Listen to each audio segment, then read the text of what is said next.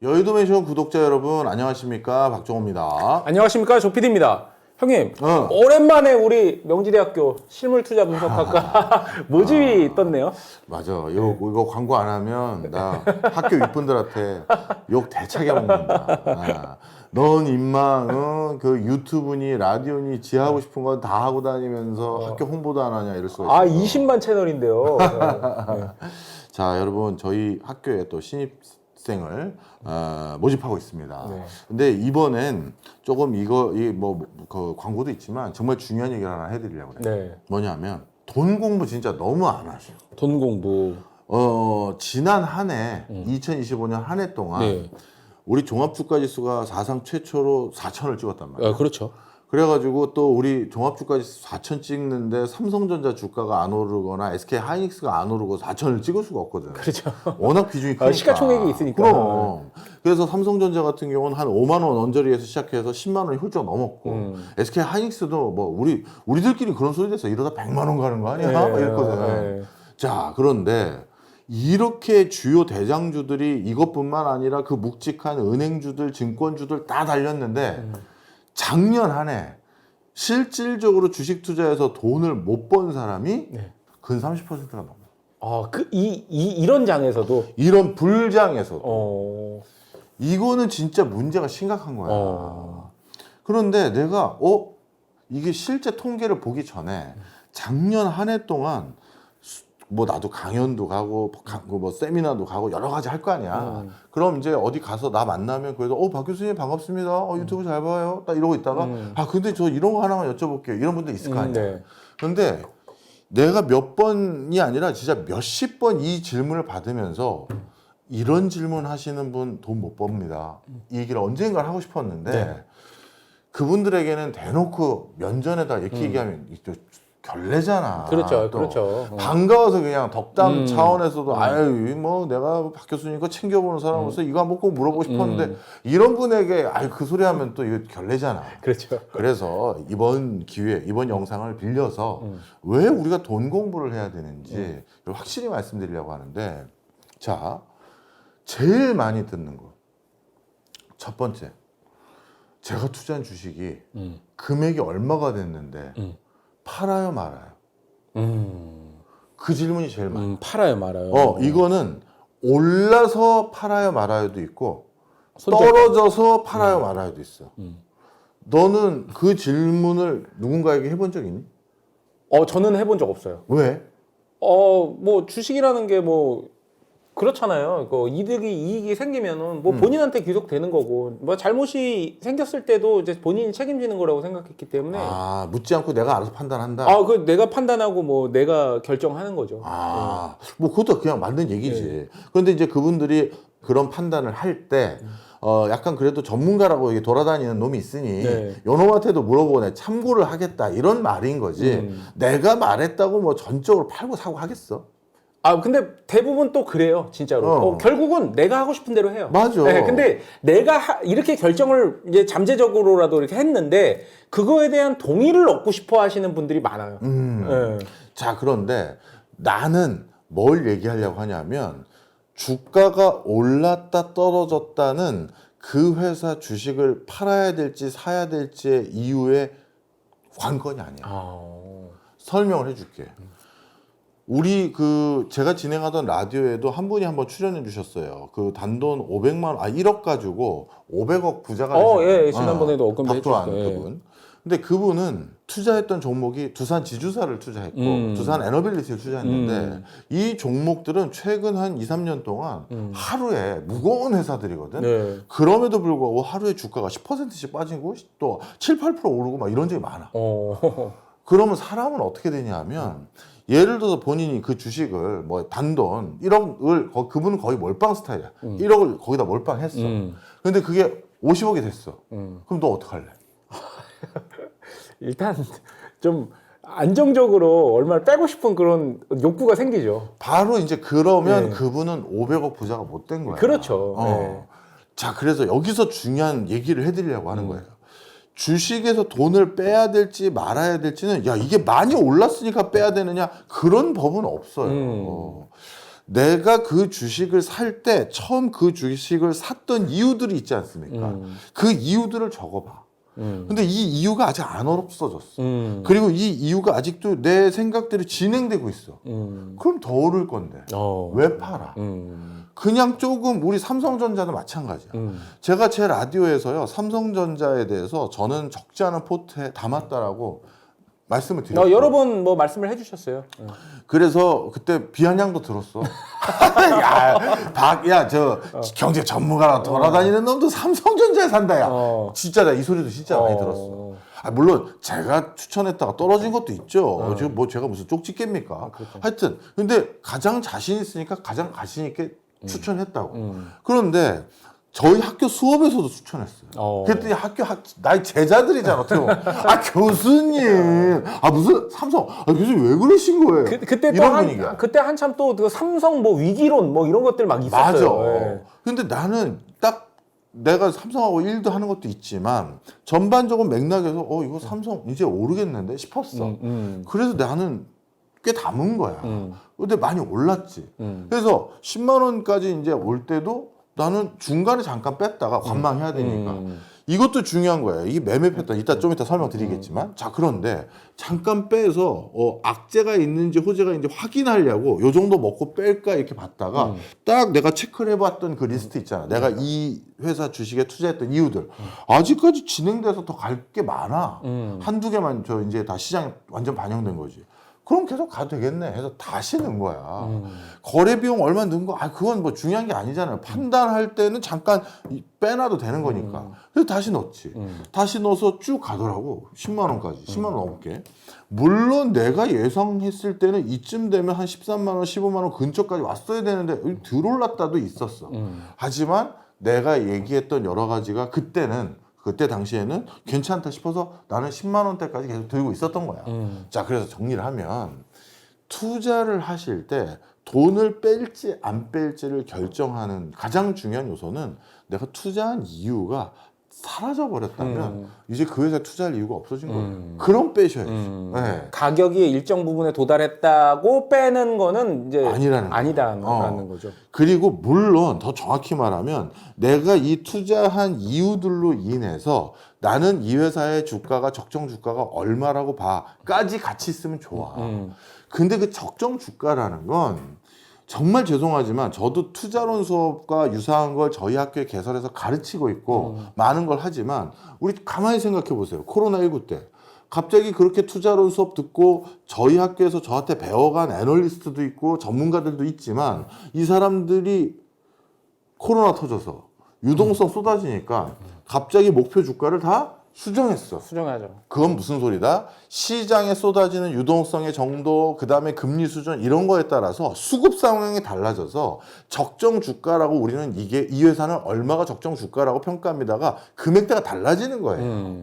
그러니 목표가도 있으면 좋지만 그거는 상황에 따라서 수정이 되는 거예요. 제일 중요한 건 요 요소들이 아직도 온고잉 하는 건지 아닌지 이게 제일 중요해. 그런데 그냥 올랐다고 팔아버리면 텐베고 하는 기회는 다 날려버리는 거예요, 여러분. 그렇죠. 자, 그래서 제가 말씀드리고 싶은 건 지금 몇 년째 우리 코로나 때부터 지금까지 주식시장에 관심이 많아져서 투자를 하는데 너무 잘못된 유형의 질문들을 해주시는 거예요. 그런데 나도 사회생활을 해야 되는데 잘못된 유형의 질문을 하셨다고 투자 공부를 잘못하신 것 같은데요. 그럼 그 사람 기분이 뭐가 되겠어? 그렇죠. 안티되죠. 안티되는 거야. 야, 그 자식 건방지더라. 거만해. 이렇게 되는 거야.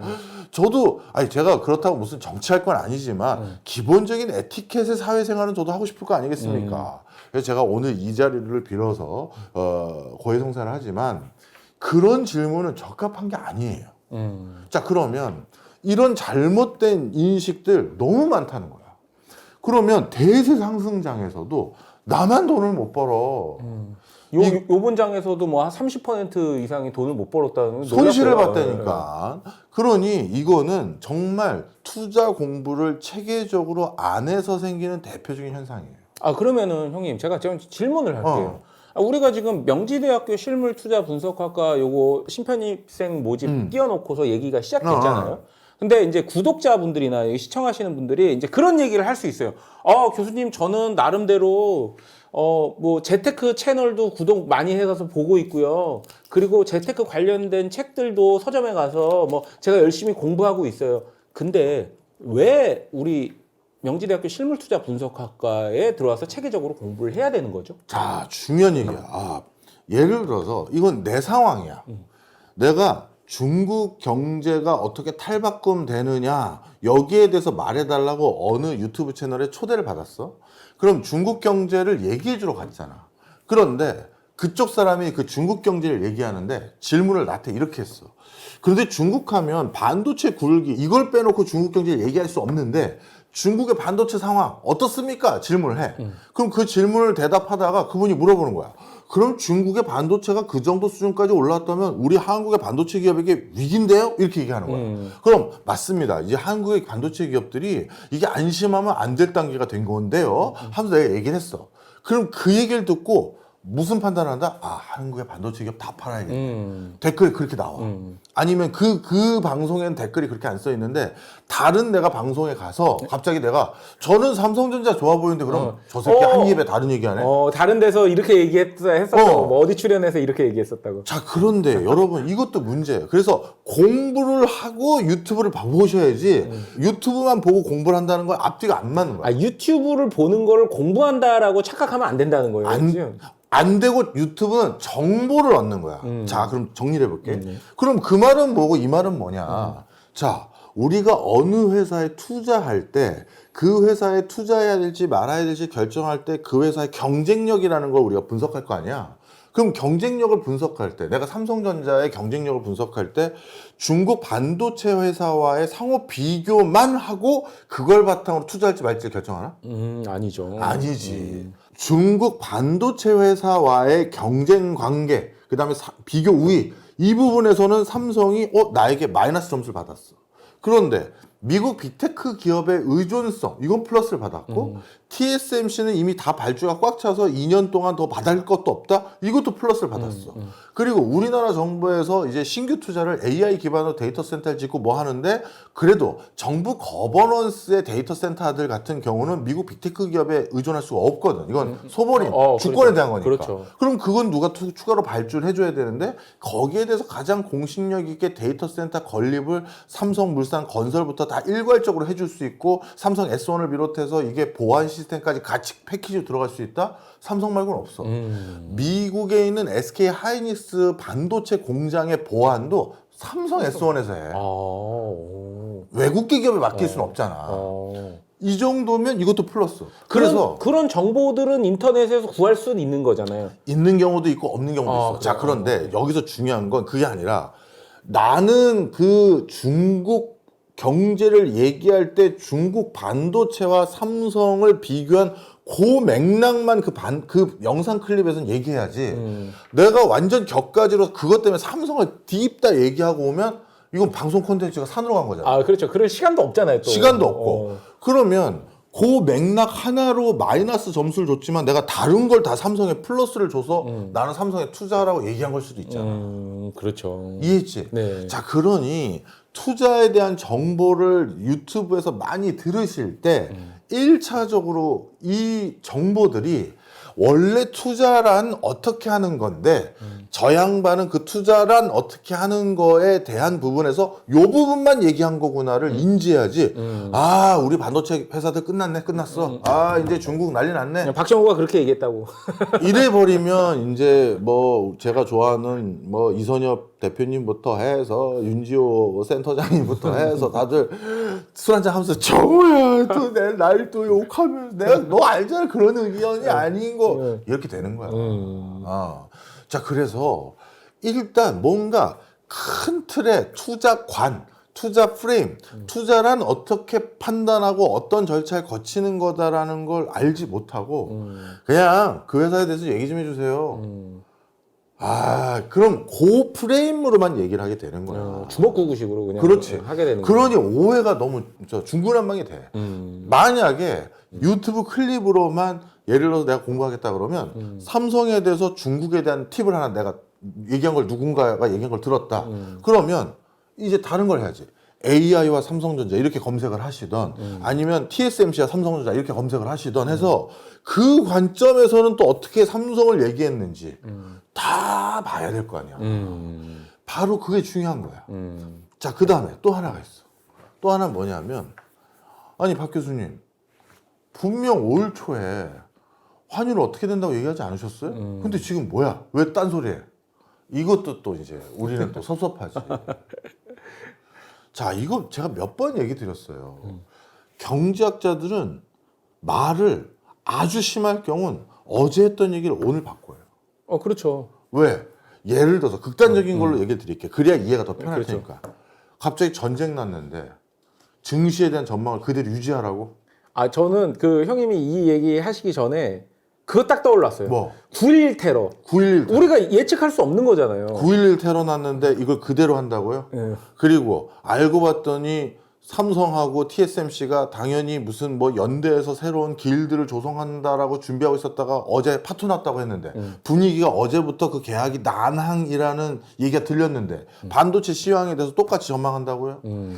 아, 그건 저희한테 너무 가혹하신 거예요. 그렇죠. 그거는 뭐 거의 예언가 수준인 거죠. 그래서 이게 어떤 변수를 그 변수에 대한 전망은 그래도 어느 정도 그 발언들이 생명력을 유지할지 아니면 지속성을 유지할지 그리고 그 지속성을 유지하게끔 뷰를 저희가 얘기한 내용이 있을 텐데 어떤 게 바뀌면 그 사람 뷰도 나중에 그 입에서 또 딴소리 하겠구나 그걸 같이 들으셔야 되는데 그걸 싹 빼고 환율은 1달러에 1,500원 환율은 1달러에 1,200원 이러면 이제 어땠기 때문에 그럴 것 같습니다. 이렇게 얘기한단 말이야. 그러면 그 어땠기 때문에가 야 이거 우리나라 정부가 그 박정호가 환율은 그래도 정부 관료들이 이렇게 통제하기 때문에 어떻게 한다라고 했는데 그게 안 됐네? 그러면 그게 안 되겠네. 이게 앞단에 깔린 게 있잖아. 그런데 저는 그래도 그게 가능할 거기 때문에 1,500원이라고 봤습니다. 뭐 이런 맥락이라는 게 있거든. 근데 그걸 딱 자르고 그냥 야 걔가 그때 얼마라고 했어 이렇게 해버리면 이게 저희는요 그냥 댓글에 욕먹고 마는 거예요. 그리고 저희 같은 사람들이 댓글에 욕먹는 건 감내하고 이 일을 하는 거야. 그렇죠. 우리 보러 누가 유튜브에 나오라고 한 적이 없잖아. 네. 그런데 진짜 피해본 건 그 당사자분. 당사자죠. 자, 그래서 그거 하나가 있고, 그래서 말의 유효 기간 그런 것들이 어느 정도 얼만큼 받아들여서 내가 어떻게 활용하는지를 또 알려면 약간 또 체계적인 공부가 있어요. 그 다음에 또 한 가지. 그 사람들에게 말을 바꿀 타이밍인지 나도 궁금할 때가 있잖아. 그럼 직접 물어보면 더 좋은 거잖아. 그때 1,400원 얼마라고 얘기하셨는데 혹시 지금 입장이 바뀌신 거냐? 물어보고 싶잖아. 그렇죠. 제일 물어보기 쉬운 게 뭐야? 사제지간이거든. 그렇죠. 사제지간이거든. 단톡방에서 개인 카톡으로 박 교수님 웬일이야? 아니면 웬일이세요? 나보다 연배 많은 분도 우리 학교에 많이 계셔. 예. 지난번에 말씀하신 거 상황이 좀 이상해진 것 같은데 어떻게 생각하세요? 저도 이건 아니라고 봐요. 아니면 아닙니다. 이건 제가 생각하기에 넘어갈 수 있어요. 그러면 나한테만 물어보지 말라고. 제가 뭐 다 맞히겠습니까? 우리 학과에는 정말 명망 있는 분들을 계속 모시고 있어. 최근에는 부동산뿐만 아니라 주식 부분에서도 우리 뭐 빈센트님이라고 이렇게 애널리스트로 각광받는 분도 새로 모셨고 그리고 다음 학기부터 올지 모르겠지만 내가 이분은 워낙 나도 좋아해서 지금 회사의 대표가 되셨으니 조금만 시간 좀 회사를 꾸리시고 와주셔라 했더니 오케이 해주셨어. 오케이 해주시는 거니까 얘기해도 되지. 이선엽 대표도 우리 학교로 오실 거고. 그 다음에 가장 통계를 다양하게 해석해 본 경험이 있는 분. 우리 업계에서는 어떻게 평가하실지 모르겠지만 우리 업계에서는 가장 존경받는 분 중에 하나야. 우리 김영익 교수님이라고. 통계 하나하나를 어떻게 바라봐야 되는지 그분의 뷰가 무조건 맞다 틀리다 이게 아니라 이 통계는 어떤 식으로 해석할 수 있는 여지가 있고 이게 어떤 가치가 있고 언제 바라봐야 되고 이걸 보라고 보고 김영익 교수님과 다이다이로 예를 들어서 김 교수님은 이번에 이렇게 얘기하셨지만 저는 저번에 가르쳐 주신 대로 그 통계를 봤더니 나는 이렇게 해석이 되더라. 이런 것들을 이제 할 수가 있게 된단 말이야. 이런 걸로 크로스 체크를 하면서 물어볼 수 있는 여지가 있잖아. 그래서 그렇게 어떤 그 경제 지식이든 경제 정보든 상황이 바뀌면 수명이 다하는 거야. 그게 투자의 제일 중요한 요소예요. 워렌 버핏이나 우리나라 기관 투자자들이 그러면 1년 전에 포트 짜놓고 안 쳐다보고 그냥 놀지.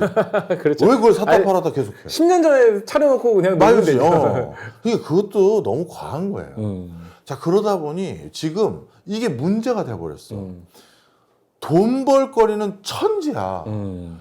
지난번에 코로나 터지고 주가 3,400 근처까지 갔었을 때, 아, 저 다시 한 번만 그 시절이 돌아오면 저 주식 투자하고 싶었다니까요.